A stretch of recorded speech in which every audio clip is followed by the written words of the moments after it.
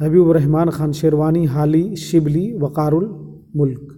تو اس کا آنسر ہے شبلی. سر سید مرحوم اور اردو لٹریچر، یہ شبلی نے اس مضمون کو تحریر فرمایا ہے. 37واں سوال ہے، حیات جاوید کس کے سوانح حیات ہے؟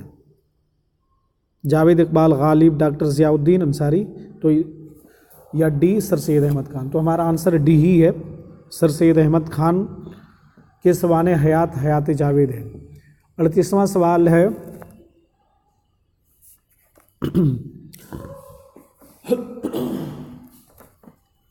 حیات لے کے چلو کائنات، حیات لے کے چلو کائنات لے کے چلو، چلو تو سارے زمانے کو ساتھ لے کے چلو.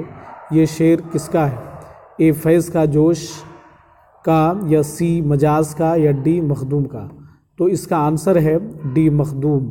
یعنی کہ مخدوم محی الدین جو ایک بہت عظیم اور ایک بڑے پائے کے شاعر ہیں، انہوں نے یہ شعر کہا ہے، حیات لے کے چلو کائنات لے کے چلو، چلو تو سارے زمانے کو ساتھ لے کے چلو. ہمارا 29واں سوال ہے 39، نظم ساکن نامہ اقبال کے کس مجموعہ کلام میں شامل ہے؟ اے بانگ درا بال جبرائیل، پیام مشرق، یا ضرب کلیم. تو اس کا آنسر ہوگا ڈی، ضرب کلیم میں نظم ساکن نامہ شامل ہے. اب ہمارا 40واں سوال ہے، اردو میں گیان پیٹ انعام یافتگان کا کون سا زمرہ صحیح ہے؟ اے فراق گورکھپوری، سردار جعفری، حیات اللہ انصاری، یا بی فراق گورکھپوری، اختر الایمان، قرۃ العین حیدر، سی فراق گورکھپوری، جگر مراد آبادی، شہر یار، یا ڈی فراق گورکھپوری، سردار جعفری، شہر یار. تو ہمارا آنسر ڈی ہی ہے دوستو، ہمارا آنسر ڈی ہے، فراق گورکھپوری، سردار جعفری، شہر یار. ہمارا 41واں سوال ہے، اردو کی ابتدا پنجاب سے ہوئی، اس نظریہ کو کس نے پیش کیا؟ اے حافظ محمود خان شیرانی نے، مسعود حسین خان نے، محمد حسین آزاد نے، یا ڈی نصیر الدین ہاشمی نے. تو بہت ہی مشہور و معروف یہ نظریہ ہے. یہ نظریہ ہے حافظ محمود شیرانی کا. ان کا یہ نظریہ تھا کہ اردو کی ابتدا پنجاب سے ہوئی. اب 42واں سوال ہے، رجز کس صنف سخن کا جز ہے؟ اے قصیدہ کا، یا بی مرثیہ کا، ریختی، یا سی ریختی، یا ڈی واسوق. تو ہمارا آنسر بی ہے. تو رجز جو ہے، رجز یہ مرثیہ کا، مرثیہ کے صنف کا جز ہے. 43واں سوال ہے، دیا شنکر نسیم کا تعلق کس دبستان سے تھا؟ دبستان لکھنؤ سے، دبستان دہلی سے، دبستان گولکنڈہ سے، یا دبستان بیجاپور سے. تو بہت ہی مشہور شاعر ہیں دیا شنکر نسیم. تو اس کا آنسر ہے دبستانی لکھنؤ، یعنی کہ دبستانی لکھنؤ سے دیا شنکر نسیم کا تعلق تھا. اب ہمارا 44واں سوال ہے، مثنوی سیف الملوک و بدیع الجمال کا مصنف کون ہے؟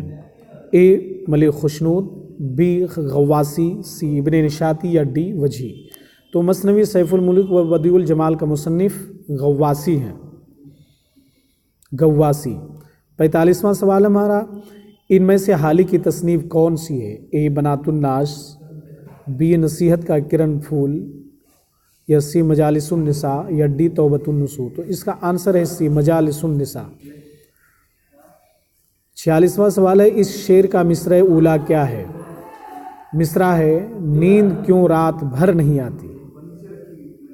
اے مرتے ہیں آرزو میں مرنے کی، بی کوئی امید بھر نہیں آتی، ہم وہاں ہے جہاں سے ہم کو بھی، یا ڈی موت کا ایک دن معین ہے.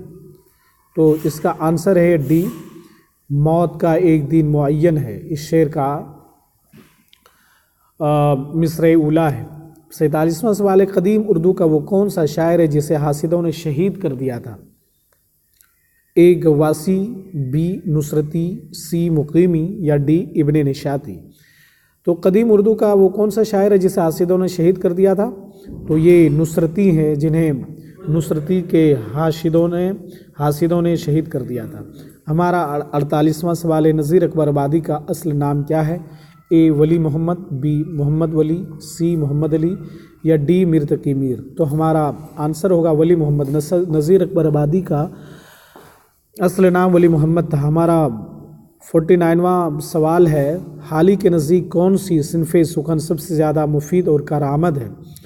اے مثنوی، بی غزل، سی مرثیہ، یا ڈی قصیدہ. تو اس کا آنسر ہے مثنوی.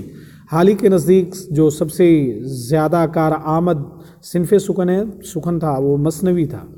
اب ہمارا 50واں اور آخری سوال ہے اس پارٹ کا، کس ناول نگار نے سب سے پہلے تعلیم نسواں کو موضوع بنایا؟